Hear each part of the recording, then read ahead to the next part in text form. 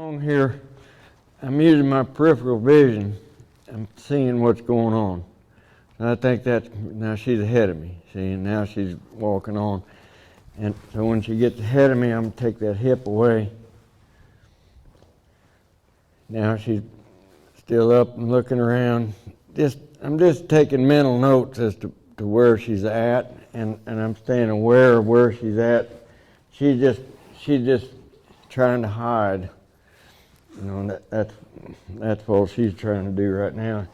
She's insecure, trying to listen to me, but it's hard. She wants to be out there. She wants to be just kind of fidgeting around. So I can't hold a horse still that doesn't want to stand still. So if I try to hold one still that wants to stand still, this is where I made mention earlier about distance. People that, you know, if a person is going to get up in here and try to hold this, and that puts the horse in a position where they don't have any choice but to push you around. So I'm going to get some distance right here. And can you see her as I'm talking? Move your feet over there. There we go. As I'm talking, she see her just settling? You know, she's still uncomfortable. You can tell by where her head is up, her eyes are kind of bugged, and she's looking left and right. She's having a hard time just being okay. She moved that foot right down there. She moved that foot. I didn't tell her to move those feet. I didn't tell her to move that foot. So I'm setting quiet boundaries and letting her stand over there. I didn't tell her to move.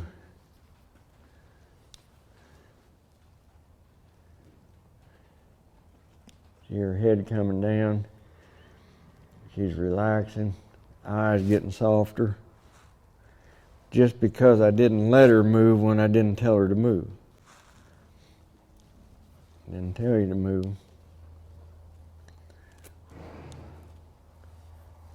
It's almost like they instinctively know that when they're in the presence of a leader, that if they try to do something that they haven't been told to do, they're going to get put back in their place. If they do listen to the leader, then their place is going to be a peaceful one. If they don't listen to the leadership, there's no peace in it.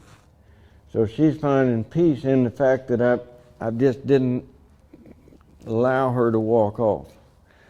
And this is where, to me, like letting a horse graze on the end of a lead rope, they'll have their head down, and pretty soon they'll take a step to get better grass over there. You didn't tell them to take that step. You know, I feel like that once I make contact with a horse, and contact with a horse is when they acknowledge my presence, I've made contact. And once I've made that contact, then I feel like that a horse that's really attentive and ready to do something with, at that moment will surrender their decision-making process over to me, over to the handler. And that decision-making process is always going to involve what they're doing or not doing with their feet. So if she moves her feet when I didn't tell her to move her feet, she's taken over as leadership. If I ask her to move her feet and she doesn't move her feet, she's trying to take over. I asked her to move her feet here.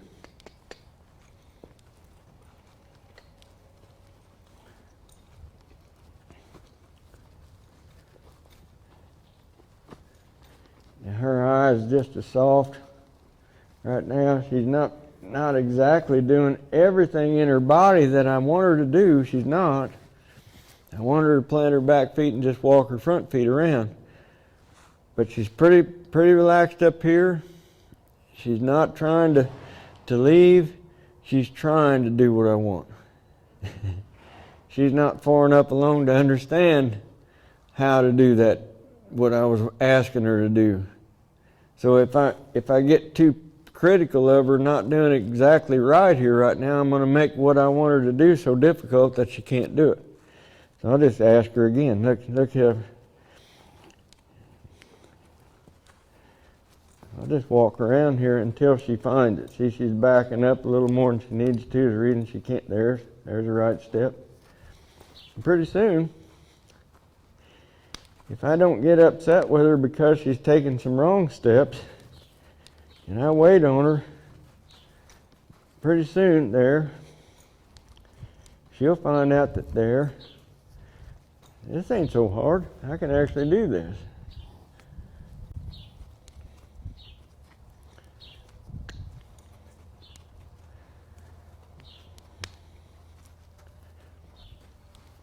Now the reason that her back feet are moving is because she's bent too much. She's bent around to the right, which has her shoulder and her rib cage pushing out here to the left. When that shoulder and rib cage are pushing out to the left, it's causing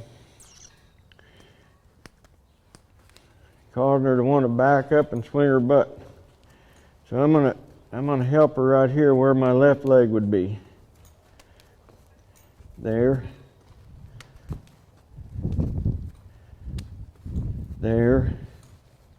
Whenever I say there, she has taken a step that I want her to take. Was another one there, and she's felt complete release. Look at there. She made it almost all the way around there. Exactly what I wanted her to do. So no need to stand there and wear that out. Now as she come up through there that time, see, she was much more attentive to me. She wasn't worried about over there and wasn't trying to come in here. And I knew that by what I was seeing here. Now when I start actually directing her around here, I'm going to primarily be watching her eye, where she's looking. So I'm going to ask her to come forward. She's back, there she went right. I want her to come forward, step around me. She looked off to the right there. She's looking off to the right. And when she looks off to the right, get stopped here. When she took this step was right, this step was right, this step she was looking out there and her head came up and her body came in on me. And then she went all the way around there, pretty high. So let's set that up again, see if we can't get her to step around all the way around. See, her head's up, she's looking off the wrong side. She's got her rib, there she's right. Now let's go forward. Pretty nice, forward. Looking the wrong way, pushing on me with her body because she's looking off. And I just used what would have been my left leg right there. I'm going to get your body out there. But I didn't quit. I didn't abandon her head either. I'm driving her forward here, but I'm not letting her get out there. So my left hand is involved, helping her to look around where it needs to be. Now she's moving her butt too much. I'm looking for her to find a way to come through here, standing up straight, looking where she's going, with a good attitude.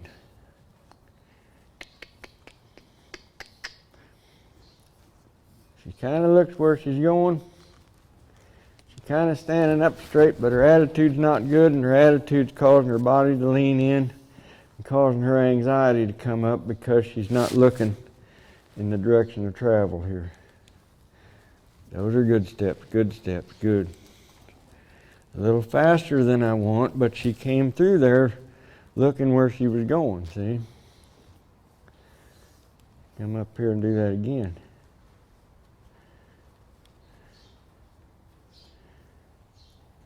Very good. I don't mind her being cautious. If she'll just try, she's going to find that letdown. There we go. Yeah. Much better. Much better. Let's travel on around. I'm going to stop her when she gets behind me over here where she doesn't want to be. Come on through, girl.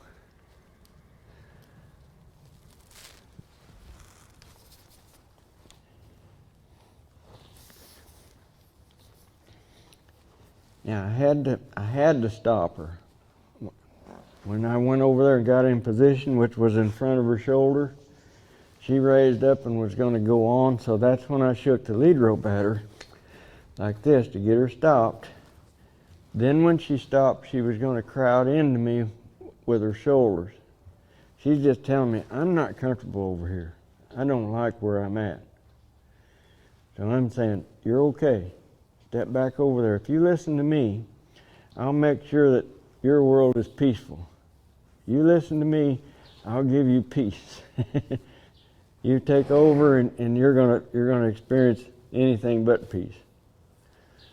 Step up. There we go. Pretty nice. Pretty nice. Everything's kind of okay. Much better than it was when we started.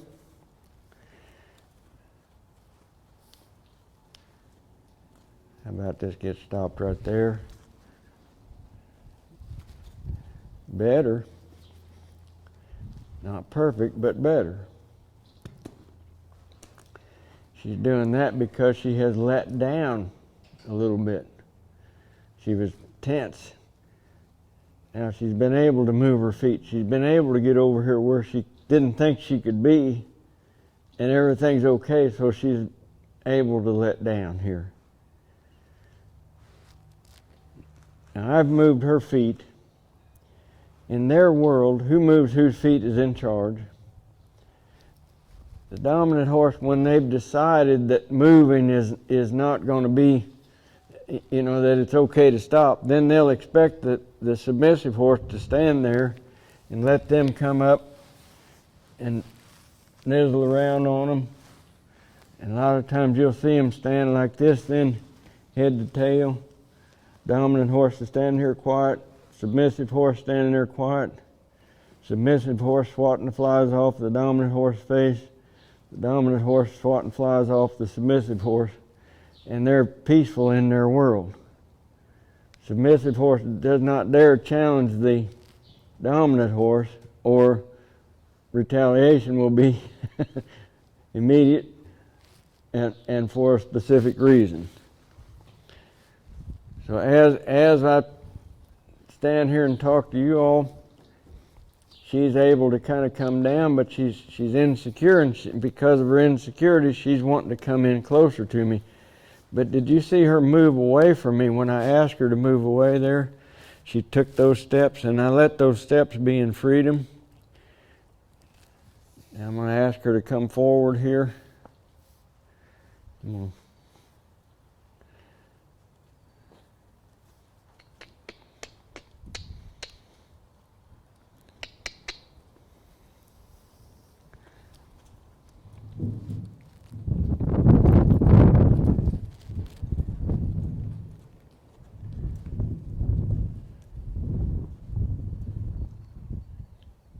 She made it all the way around there.